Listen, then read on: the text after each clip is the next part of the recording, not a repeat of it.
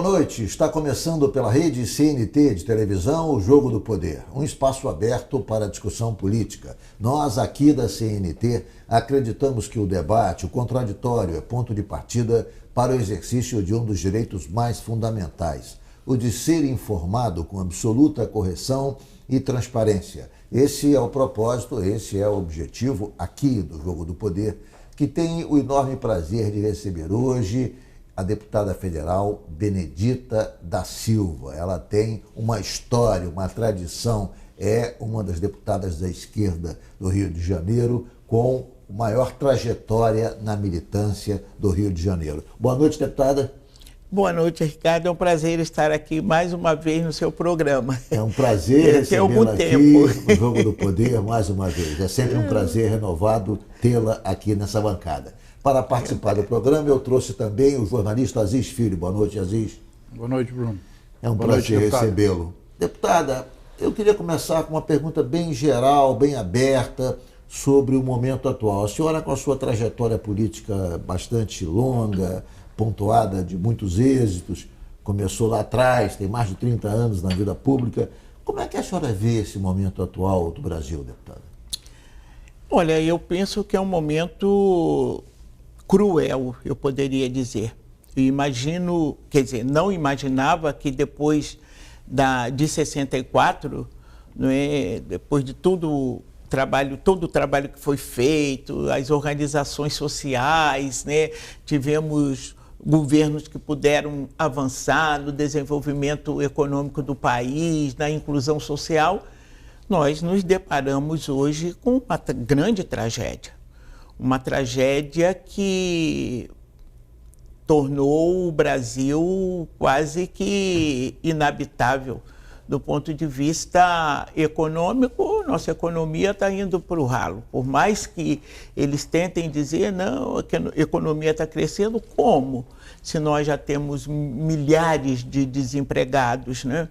E com a pandemia, essa situação, essa crise que nós já estávamos vivendo, ela aumentou. E ao aumentar, nós estamos realmente vivendo um grande caos, em todos os sentidos. Você não tem uma expectativa nenhuma, né, de que vai melhorar amanhã.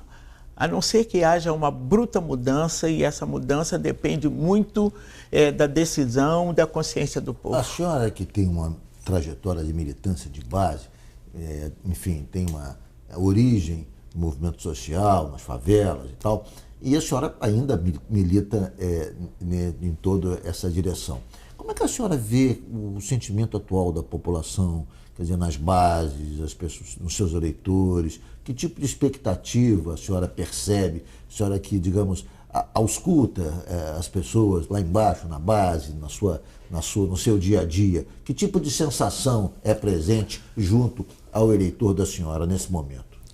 Muito abatido, muito mesmo, muito triste, né? Triste com a situação que estão vivendo. Tem muita gente que, além de desempregada, está passando muita fome, de verdade.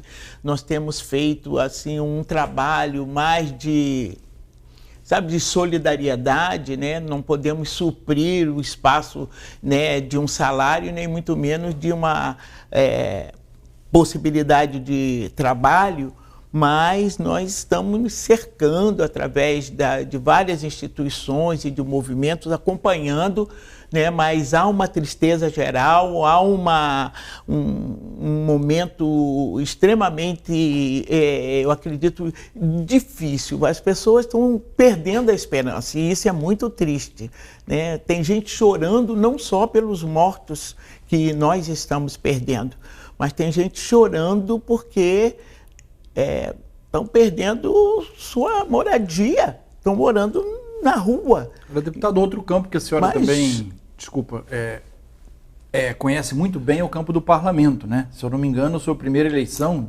de várias eleições, muitas delas espetaculares, foi em 1982, né? O Brasil ainda era um país que não tinha nem saído ainda da ditadura, né? Ainda era o presidente Figueiredo, né, nessa época. De lá para cá, o Brasil passou por vários acontecimentos históricos, né? Constituição, diretas, impeachment, né? Eleição do Lula, impeachment da Dilma e tal. Nesse tempo todo, como é que a senhora avalia hoje o espaço para fazer política no Legislativo?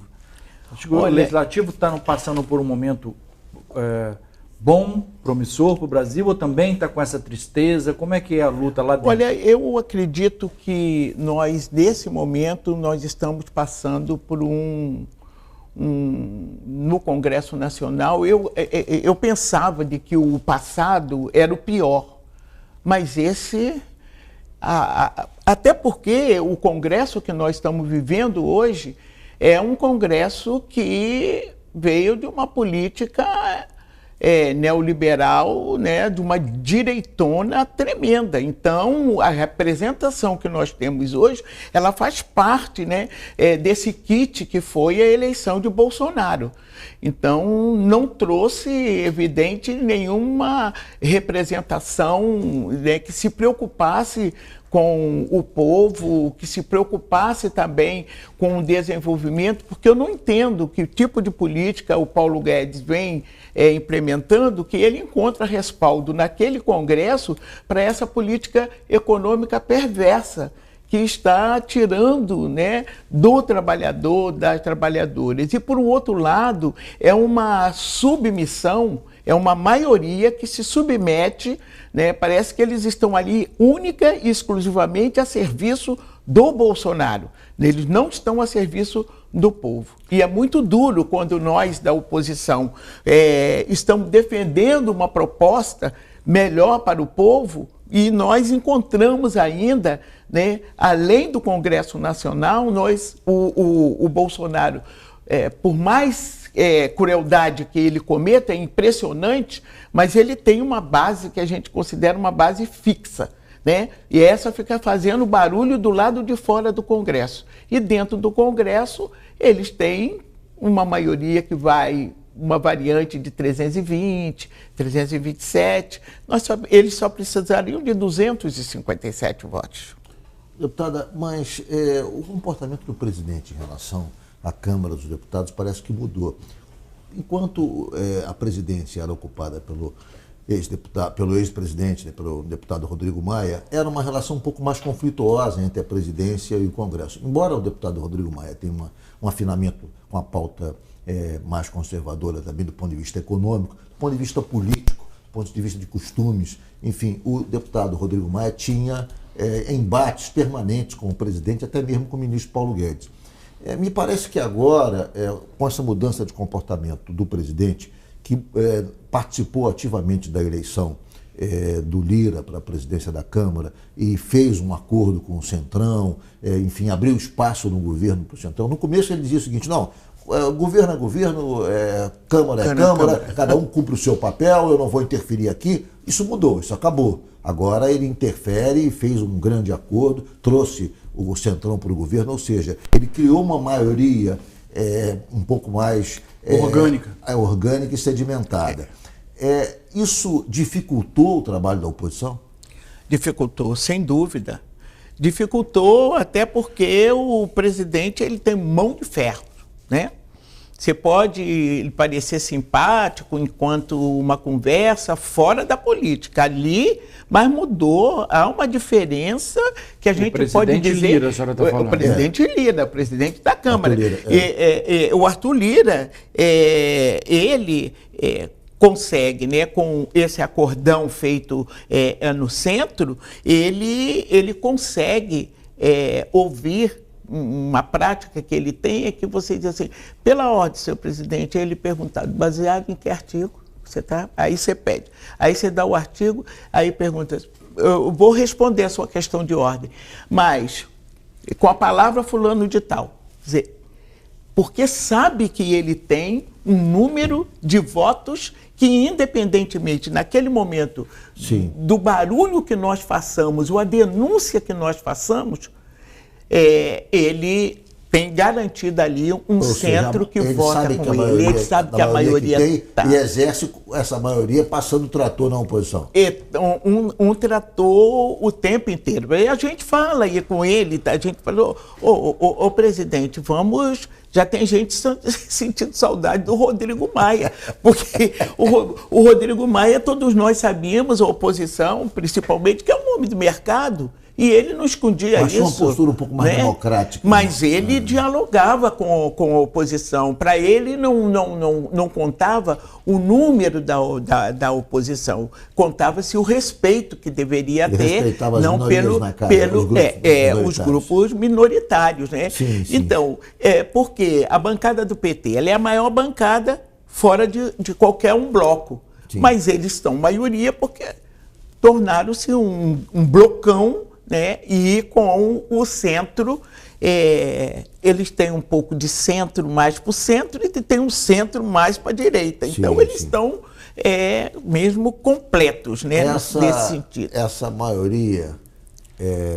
esmagadora, né, do presidente com essa recomposição feita junto ao Centrão, explica, na sua opinião ou não, a postura dessa semana do presidente Arthur Lira em relação ao super pedido de impeachment que foi encaminhado pela oposição, e ele não respondeu formalmente, mas deu já indicativos de que não vai acolher esse super pedido de impeachment que foi encaminhado num momento delicado, em que há toda a problemática da pandemia, com 518 mil mortos no Brasil, acrescida da denúncia de corrupção na compra de vacinas, que foi aclarada agora no curso da CPI da pandemia. Ou seja, temos ingredientes novos e, com base em tudo isso, foi encaminhado um super pedido de impeachment. E ele, liminarmente, parece que já deu indicativo de que não vai acolher. Quer dizer, a senhora acredita que isso seja uma indicação, quer dizer, da tranquilidade dele, lastreada nessa maioria absoluta, acachapante, que o presidente detém na Câmara? Agora, nós precisamos saber até onde ele vai suportar isso, né? Porque o povo está indo para a rua.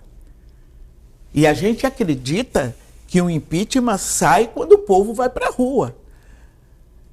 Nós já vimos isso. O povo vai para a rua, o impeachment acontece, porque ele vai ser pressionado de fora para dentro. Quando nós apresentamos, não é, para ele um novo pedido, quer dizer, um supra pedido, exatamente para dizer que não era só a esquerda ou a oposição. Lá tinha gente da direita, sim, de base do próprio governo pedindo sua saída, pedindo seu impeachment. Então, nesse sentido, nós entendemos de que o Lira vai ter que se posicionar. Se posicionar totalmente, não vai dar para tergiversar. Agora, tecnicamente ele está usando a CPI, né, deputado? Ele ganhou um tempo ali, falou, não vou esperar o resultado da CPI porque aí ele vai, né, tomando uma decisão. Mas nós sabemos que o resultado da CPI vai ser do impeachment. Isso, né, que ele não só vai abrir qualquer investigação em relação ao presidente depois do resultado da CPI e tal. Quer dizer, de uma denúncia encaminhada agora ele acolheu, esperando algo mais conclusivo a partir do final da CPI. Eu vou ter que fazer... Pois não, pode concluir. Mas vamos ver se eles vão combinar com o povo, né? Porque nós temos eleições, né, no próximo ano. Eu quero ver que se os deputados que hoje estão votando com o Bolsonaro, né, se vão ficar com o Bolsonaro até o ano que vem, para dar uma sustentação, e ele vai ser cobrado na sua própria base que está indo para a rua. Eu vou fazer um rápido intervalo, o Jogo do Poder volta já já, hoje com a deputada Benedita da Silva.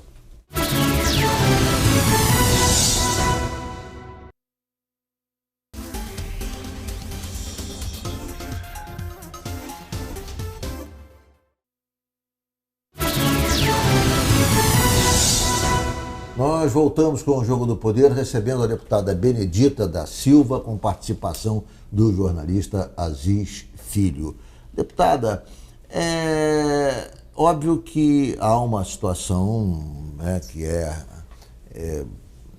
muito grave no Brasil por conta da pandemia, por conta de todos os descaminhos que o país passou por conta da gestão errática do presidente Bolsonaro na condução da pandemia. Mas a pergunta que eu faço é para a senhora, que é uma líder da oposição ligada ao PT e ao presidente Lula.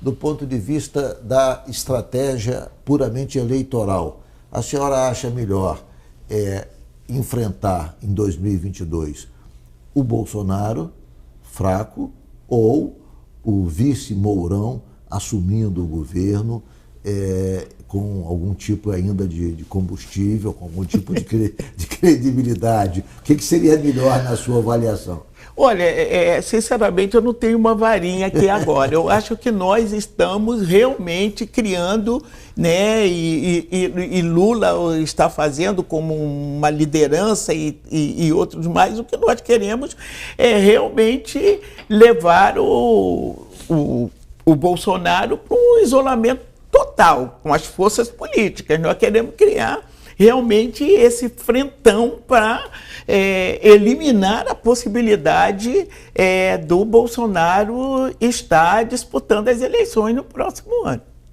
Deputada, as vacinas estão chegando e ainda não há nenhuma segurança para ir às ruas, porque as mortes ainda estão passando de 2.000 por dia, né, no país. A situação continua grave, mas o povo está indo para a rua, né? Acho que a oposição perdeu, não tem mais condições de segurar, enfim, depois que os simpatizantes do Bolsonaro já estão na rua há muito tempo e agora nós estamos vendo a oposição ir para as ruas. Há uma polêmica dentro desses movimentos de oposição que é sobre a bandeira nacional. Eu queria muito ouvir a sua opinião. Nesse período todo, a bandeira nacional, diz a esquerda, que foi capturada, sequestrada pela extrema-direita nesses movimentos, né? Inclusive, aquela cena que eu particularmente considero uma profanação do monumento aos mortos, né, o monumento aos pracinhas, que foi um comício feito para pessoas que defendem o contrário do que os pracinhas foram defender na Itália, né, que eles morreram dando a vida pela democracia. E nós vimos ali essas manifestações pedindo golpe militar, fechamento do Supremo, AI-5, toda espécie de absurdo, né, que a gente vê. E a bandeira brasileira está ali, ela dá o tom de todas essas manifestações.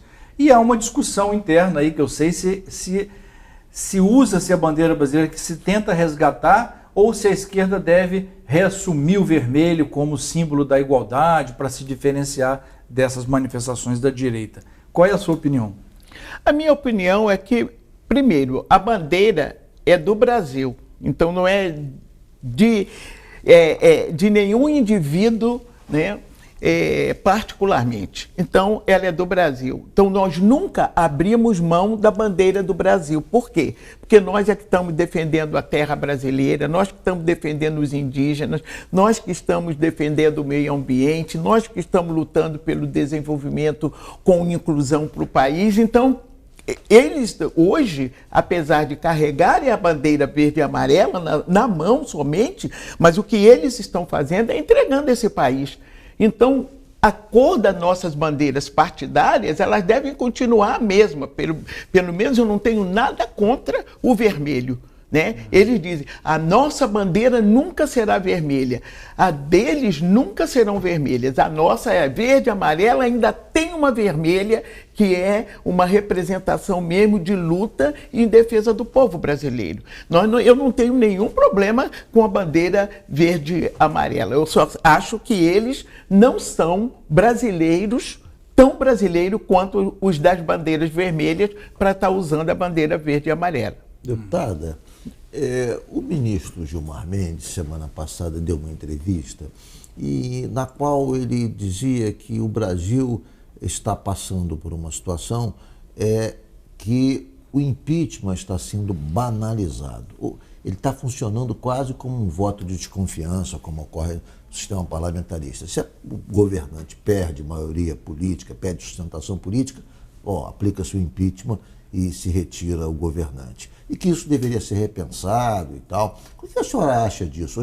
Porque, de fato, nos últimos anos, em todos os momentos em que o governante passa por uma fragilidade política, a despeito de ter ou não praticado crime, lança-se a ideia do impeachment. Óbvio que a situação da pandemia, configura, o presidente da OAB esteve aqui, mostrou fatos concretos, crimes concretos que teriam sido praticados pelo presidente, portanto havia uma configuração objetiva de crime, mas não importa se isso ocorre ou não. Quando o governante, o exemplo da ex-presidente Dilma, perde sustentação política, lança-se a ideia do impeachment e ela prospera. Quer dizer, o Brasil teria que rever, talvez, algo na sua legislação que regrasse o comportamento em relação ao impeachment, porque passou a ser usado de maneira banal. A qualquer momento se fala em impeachment.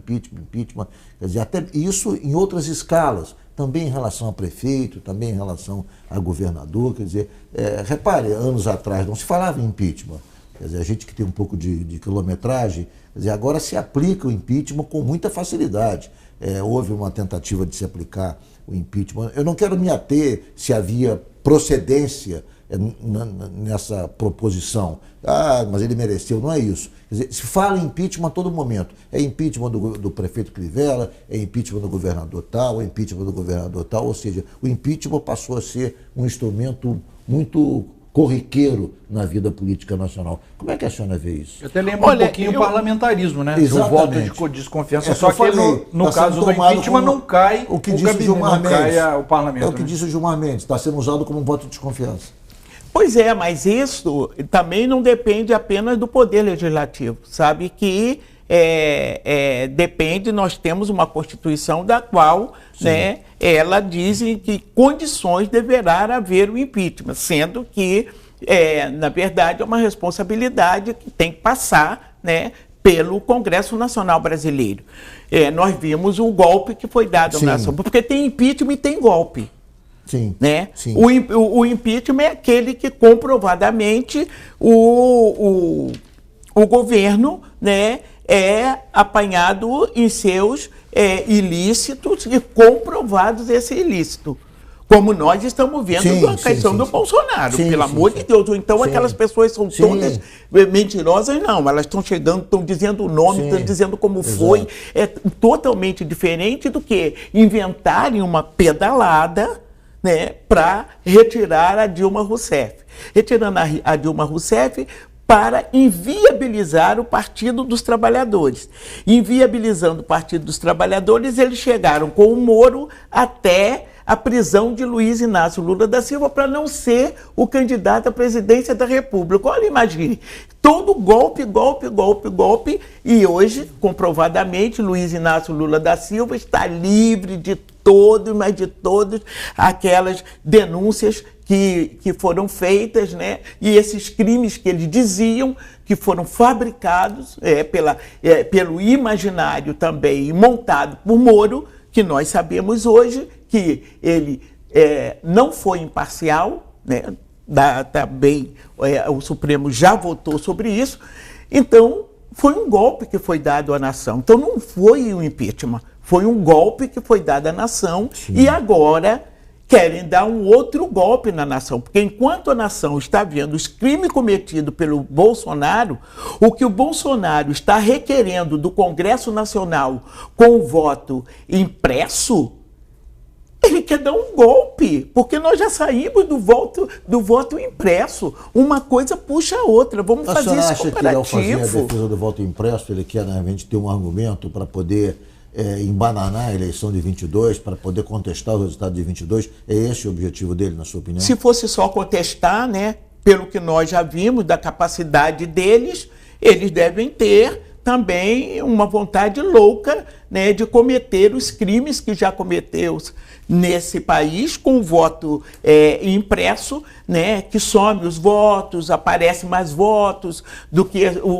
o eleitorado, do que aquele que votou, do que Então, ele quer exatamente isso, ele quer criar uma confusão, ele quer isso e mais o que você está colocando nesse momento. Ele quer criar uma justificativa porque ele já está dizendo desde agora, vai haver fraude.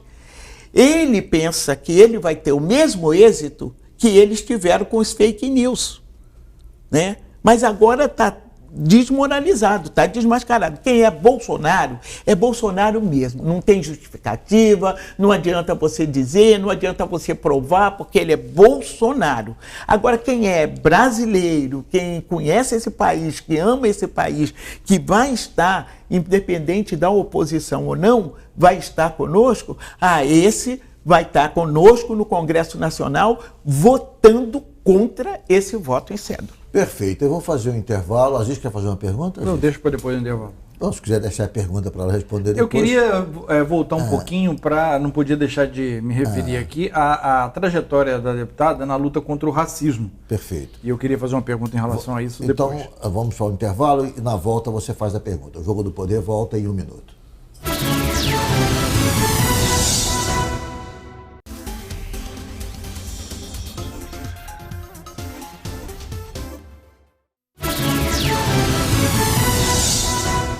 Voltamos com o Jogo do Poder, recebendo a deputada Benedita da Silva, com participação do jornalista Aziz Filho, que queria fazer uma pergunta sobre a questão do racismo. Aziz. A deputada tem uma trajetória, né, altamente ligada à luta contra o racismo. É a maior referência brasileira, sem sombra de dúvida, nessa luta. Eu queria perguntar à senhora, hoje, qual é a bandeira mais importante, o que está em jogo nessa luta para avançar a igualdade racial no Brasil? Nós já passamos pelas cotas, eu não sei se é a reafirmação da cota, se tem alguma outra luta no Congresso que a gente não sabe, que a senhora possa jogar um pouco de luz aqui para a gente. Olha, primeiro, está havendo um retrocesso nas políticas públicas para a população negra, a começar pela nossa juventude. Segundo, a questão da discussão de segurança pública, a segurança pública vê na nossa juventude negra, na população negra, né, uma justificativa para que as suas balas chamadas perdidas encontrem esses corpos negros. E é bom que a gente não fique só no campo da denúncia. Quando nós falamos isso, nós não somos contra de que exista a polícia tem que estar estrategicamente bem remunerada, mas ela tem que estar bem treinada, né? Tem que ter ótima formação, tem que estar atualizada.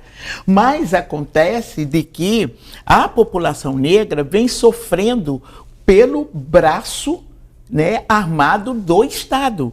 O Estado enxerga nessa população negra a população da qual ele diz para a sociedade de que ela está em segurança, porque esses corpos negros não são considerados os membros da sociedade em que nós vivemos, mas diz para a outra parte da sociedade de que não, vocês estão em segurança porque nós estamos eliminando esses elementos. Então, é importante que a gente combata o racismo estrutural e nós possamos combater o racismo institucional, porque esse racismo, ele na verdade, ele existe. Então é importante que a gente assim o faça. Não basta ter só as políticas públicas, porque nós já estamos perdendo. Mas há de se fazer justiça na nova relação, não é só na questão da segurança, porque existe também a questão da empregabilidade, existe a questão do tratamento de saúde. Agora, na pandemia, a maioria das pessoas que estão morrendo são exatamente as mais vulneráveis, e as mais vulneráveis são a população negra. Nesse contexto, elas estão morrendo mais, né? Então, se você for olhar, eu trouxe até uma questão que eu faço, a Fundação Abrinq e a Globo News, de 1997 até 2017, a juventude negra, né, quer dizer, o assassinato da juventude negra pulou de 1.450 para 7.670.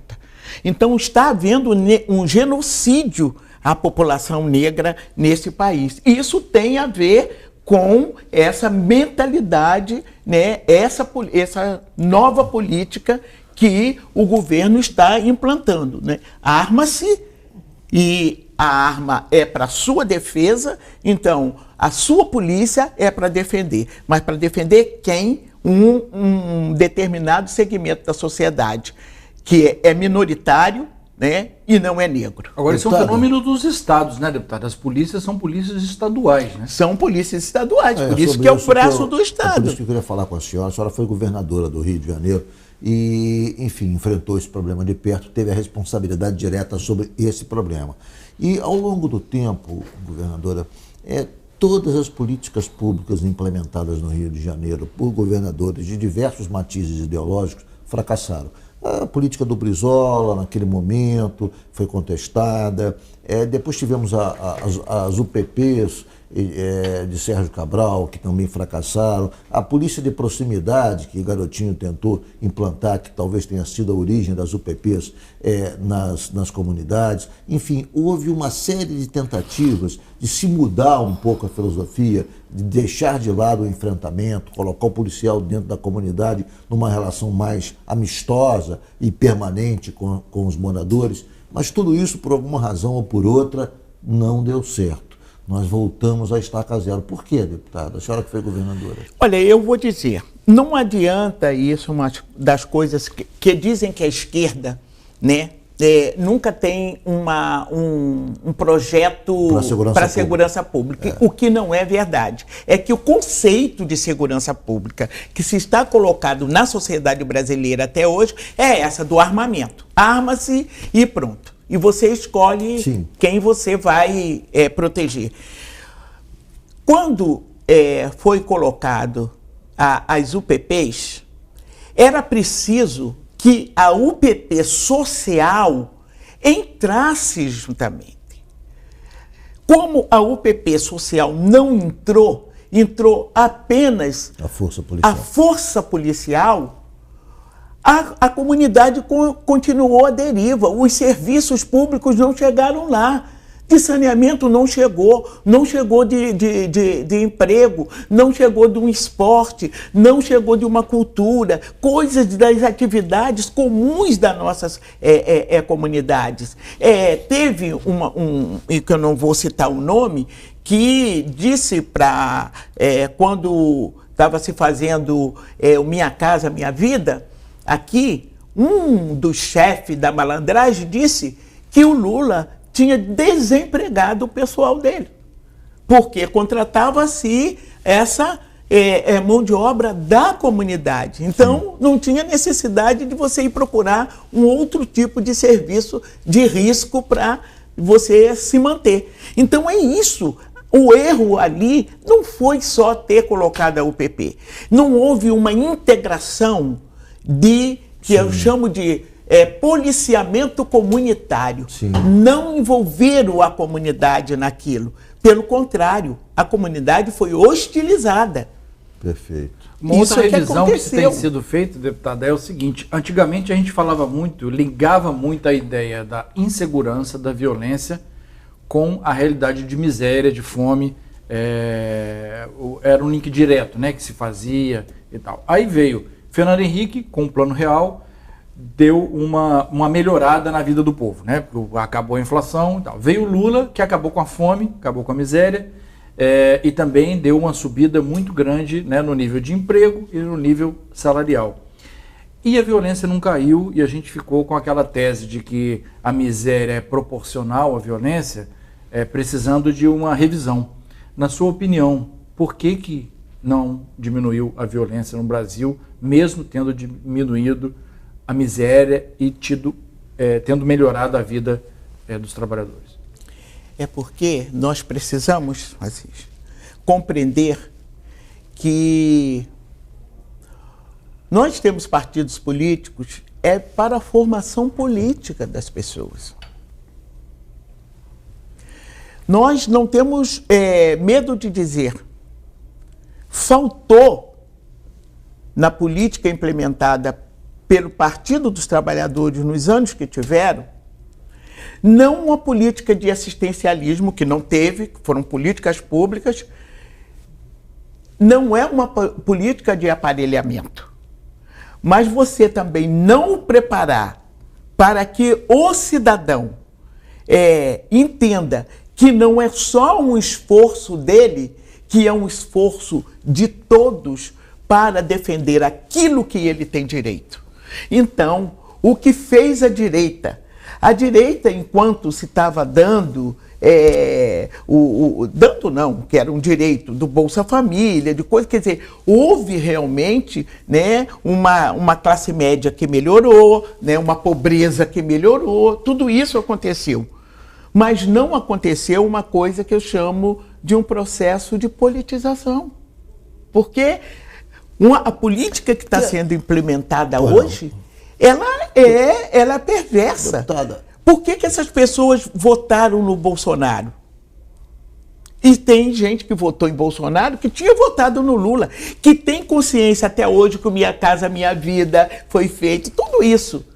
A senhora não acha também, eu entendi o que a senhora está dizendo, mas não acha também que a questão da violência, ela passa por uma questão objetiva, que é a questão do narcotráfico, que também não está resolvida, porque o narcotráfico é o elemento propulsor da violência, independentemente de pobreza ou não. Agora, não só o narcotráfico, né? Sim, não é também, só né? no Mas então, ou seja, exatamente, mas os grupos criminosos que têm atividades criminosas, eles são propulsores da violência, independentemente da situação social das pessoas. Quer dizer, então, esse enfrentamento dos grupos criminosos também é importante. Enquanto o tráfico tiver interesses, quer dizer, nas comunidades, enquanto a milícia tiver com gatonete, tiver no comércio de botijões de gás, no comércio de vans, quer dizer, essas atividades, elas em si são atividades à margem da lei, e, ao existirem, se dão através da violência. Não há outra forma de se impor na comunidade para obter esses resultados comerciais que não seja através da violência. Sim, mas é uma ausência total do Estado que não deu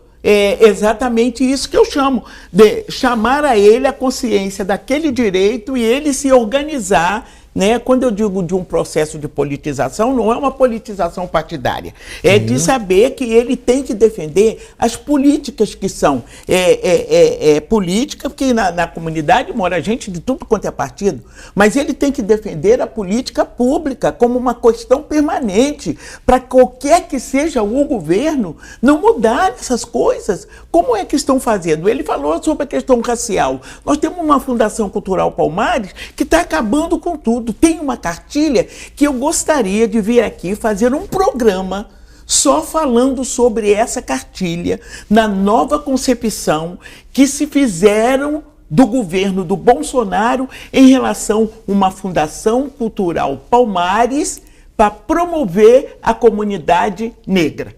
É incrível. Quando eu me peguei, é público. Quando eu me peguei, eu digo que nós temos que abrir um grande debate, porque nós estamos com uma política racista e uma política genocida, que quer eliminar toda a possibilidade, porque querem eliminar a consciência, querem eliminar o saber e o fazer do negros e negras. É muito então, mais do que negacionismo, né? É muito mais do que negacionismo, é muito mais, é muito sério. Se você ler, você vai querer fazer um programa, vai chamar não sei quantos especialistas e vai fazer um bonito programa. Eu estou te provocando, para que a gente possa realmente fazer só baseado naquilo que nós vamos... Apresento para você a cartilha, é uma coisa absurda. Então, essa coisa também está acontecendo, porque o Estado, né, se ausenta, e quando o Estado se ausenta, o braço armado do Estado faz o quê? Ele vai vender o gás, ele vai vender o braço armado do Estado, porque enquanto isso saiu de onde? Foram lá as comunidades que se reuniram, agora nós vamos virar todo miliciano. Não. Foi o braço, a ausência do Estado. Deputada, agora mudando um pouco a nossa prosa, a senhora fala, eu quero falar um pouco, enfim, algumas coisas que dizem respeito à sua rotina, à sua vida. A senhora fala com muita frequência com o presidente Lula por telefone. A senhora citou ainda há pouco que estava em determinado lugar, o presidente ligou, a sua pessoa que estava ao seu lado se espantou. Enfim, a senhora tem falado muito com ele, exerce essa sua amizade com ele de maneira intensa. Qual é o ânimo do presidente nesse momento? Que tipo de mensagem ele passa para a senhora, especialmente em relação ao Rio de Janeiro? Ele esteve no Rio de Janeiro, foi uma visita que a senhora esteve presente, ele continua a ligar para a senhora, continua a falar. A senhora, quando falou aqui ainda há pouco sobre uma frase de que, na época do Minha Casa e Minha Vida, o chefe de determinada facção criminosa disse que, enfim, o governo estava retirando a mão de obra dele, tirando os garotos para que trabalhassem no Minha Casa e Minha Vida. Essa frase foi repetida pelo presidente, foi dita pelo presidente Lula, e ele foi mais específico, ele falou que foi o Nem da Rocinha que disse isso naquela época. Eu me lembro porque eu me lembrei da frase dele. Então, quer dizer, a senhora está sempre... Isso me fez remeter exatamente a essa relação que a senhora tem com o presidente, que a gente sabe, mas que é mais intensa, talvez, do que as pessoas saibam. Como é que o presidente está vendo a situação atual do Rio e do Brasil? Olha, ele esteve aqui no Rio de Janeiro e foi uma coisa bem apoteótica. As poucas pessoas, dado o fato de não ter grandes aglomerações, mas foram, assim, momentos fantásticos, né? Que prefeitos, inclusive foi recebido pelo prefeito Eduardo Paes, né? Tiveram outros prefeitos com ele, ele teve com as lideranças da comunicação popular, das comunidades, do movimento negro, né? Foi uma coisa assim, os artistas estiveram com ele também, de teatro, de cinema, de revista, tudo quanto o segmento da cultura e da política também, né? Teve com o representante do PDT, do PSB, do PSOL, do PSD, né? Tem que trocar o PSD, quer dizer, porque se busca, na verdade, construir, né, essa frente de centro-esquerda, entende? De pegar esse centro que está aí colocado de democrático, não só dizer que é só uma esquerda, mas você pegar um centro aí que tem compromisso com a mudança. Eu vou ter que fazer um intervalo, mas eu queria, aproveitando o que a senhora disse, perguntar o seguinte. Essa intenção do presidente, manifestada em vários momentos durante a sua estada no Rio de Janeiro, que ele disse que é necessário nesse momento, por conta da situação, do avanço da direita, se formar uma frente ainda mais ampla do que a frente que ele formou para a eleição dele lá atrás, ou seja, nesse momento é preciso que haja uma composição ainda mais ampla, trazendo todos para o lado, digamos, democrático, para o enfrentamento com a direita. Essa configuração é uma configuração que aponta necessariamente para a candidatura de Marcelo Freixo, ou a senhora acha que esse grupo pode caminhar numa outra direção? E a senhora responde daqui a pouco, eu vou fazer um rápido intervalo e o Jogo do Poder volta já já.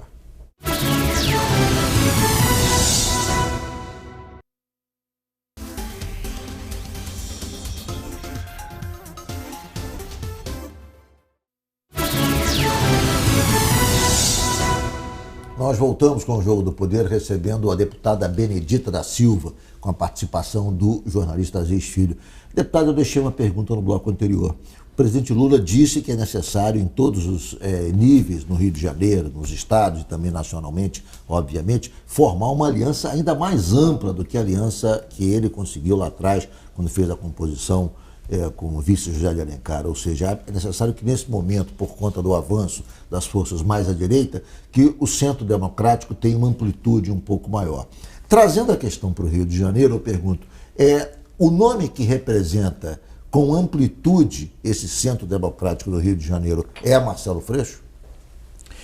Olha, eu posso lhe afirmar de que nós estamos conversando, né? Negar isso seria não estar contribuindo para que outros possam também vir para essa ampla frente de esquerda que nós queremos constituir, não só no estado do Rio de Janeiro, para o Brasil inteiro. Nosso objetivo também que seja para o Brasil inteiro.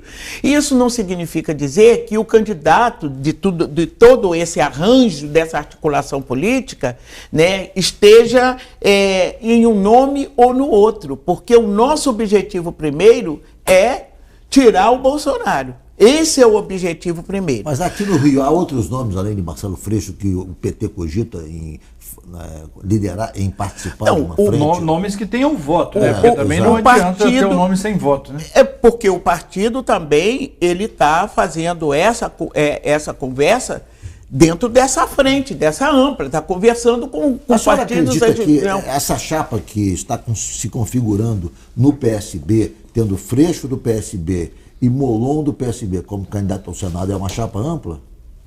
Não, a gente tem certeza de que ela não será tão ampla assim, né? Porque se for assim, é como se o PT estivesse lançando o candidato a governador, a presidente da República e ao Senado. E isso não é o caso. Nós estamos fazendo exatamente para que essa frente consolidada tire aquele que tiver melhor condição de disputar, entendeu? Porque isso, e eu acho que esses arranjos vão se comprovando, né? Na medida que você vai ampliando as alianças, né? Você vai buscando... A senhora é candidata ao governo do Rio, ou candidata aqui ao Senado, a deputado federal? Qual é o seu projeto? Eu não quero fazer campanha antecipada, mas se já ficam sabendo que eu sou candidata à reeleição a deputada federal. Por quê? Porque nesse momento é o que o PT tem, né, nas conversas feitas com uma frente. Eu só posso dizer, enquanto hoje deputada federal, que eu vou para a reeleição federal. Agora, não deixarei de cumprir, né, aquilo que sempre foi a missão do partido. A senhora é uma mulher boa de votos, né, deputada? Porque o que eu quero, Aziz, olha, eu quero lhe dizer o seguinte: eu quero Lula presidente do Brasil de novo. E sendo assim, este mandato está colocado para articular essa política. Porque aí não vai ser bom só para Benedita ou só para o Rio de Janeiro. Vai ser bom para o Brasil.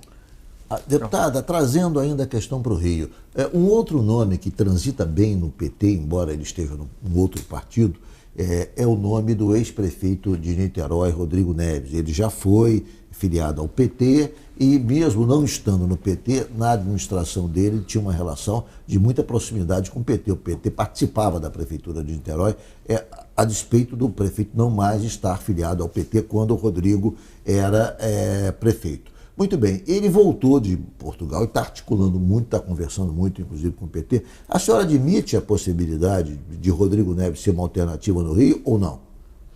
Olha, se o Rodrigo conseguir, dentro dessa ampla frente, né, ser o nome dessa frente, é lógico que nós estaremos com essa frente fazendo essa discussão. Porque não tem sentido você não ampliar.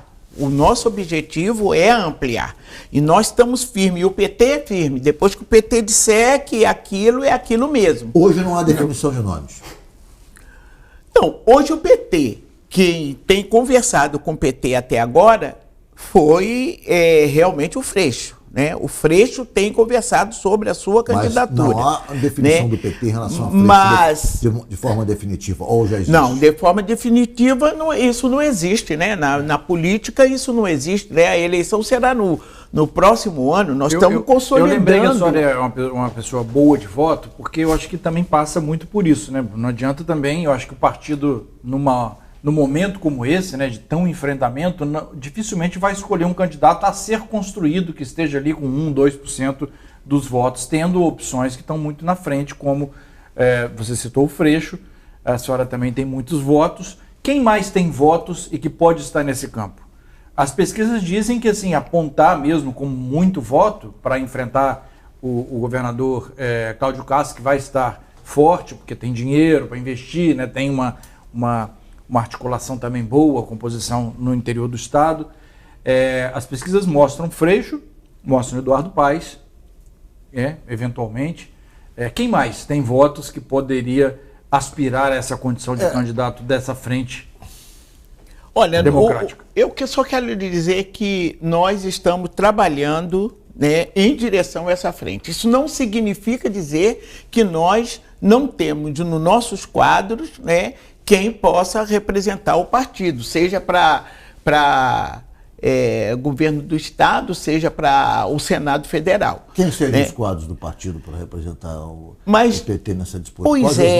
Pois é que todos os nomes do partido que nós temos, eles estão todos, mas todos eles com um único foco: Lula presidente. Deputada, e sendo assim, sim. Depois que configurasse, né, essa frente, né, esse partido aí, se tiver alguém do PT, teremos. Que pode ser um candidato do PT disputando o governo do Estado. Essa possibilidade está aberta também, é isso? Não é uma questão de possibilidade, é uma questão de realidade. Nós estamos trabalhando uma ampla frente. Que pode se dar através de um candidato do PT também. Que pode se dar diante de uma candidatura do outro partido. Quer dizer, o aceno feito pelo PT. Né? Sim. E a gente espera que isso aconteça. Deputada, outra coisa, que papel vai ter, eu estou encerrando o programa, o prefeito Eduardo Paes nessa eleição aqui do Estado? Como é que a senhora vê, enfim, o papel político dele? Me parece que o presidente Lula dá um tratamento especial a ele, tanto que foi ser recebido por ele, elogiou o prefeito, enfim. Como é que a senhora vê, nesse processo sucessório, a posição do Eduardo Paes para a composição dessa frente? Olha, eu sinceramente, né, do que eu conheço do Eduardo Paes, ele, de repente, pode sair candidato, porque ele possui todas as condições. Não se trata de ser o nome ideal, se trata de ser mais um nome no jogo, né? Porque nós não podemos trabalhar apenas com um nome, né? Nós temos que trabalhar, porque quem quer fazer uma frente... mais do que Freixo? Eu não sei. Nós temos que saber se dentro dessa composição, quem é que tem mais... Como é que diz? Quem é que tem mais... votos. Não é votos, eu digo a capacidade de articulação, né, para poder fazer essa frente. Eu desejo e tenho certeza que todos, e sejam qualquer um deles, que eles apoiem o Lula para presidente da República. Deputada, muito obrigado pela entrevista. Nosso tempo se esgotou. Foi um prazer recebê-la aqui mais uma vez. Muito obrigada mesmo. Obrigado a gente por ter comparecido. Obrigado. E obrigado a você que nos acompanhou de casa. O Jogo do Poder volta no próximo domingo, sempre às 10h30 da noite. E eu espero contar novamente com a sua audiência. Até lá.